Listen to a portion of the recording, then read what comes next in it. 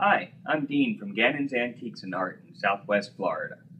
Today I wanted to share with you this incredible collection of Stangl birds.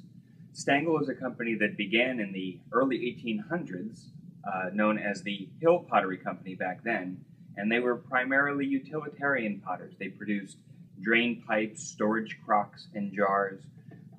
Later on, the company started producing dishes and other pottery. Some of the examples, of course, this isn't a real early example, but they produced teapots. They started to get more and more artistic through the years,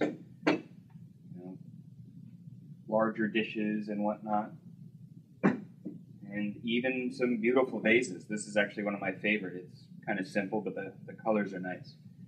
Later on, they decided to get even more artistic and came out with their line of birds. Now this collection that we've acquired is simply amazing. This isn't even a third of the collection that we have. Some of the pieces are quite sought after. For example, this one, it's called the Bird of Paradise, and it is quite special.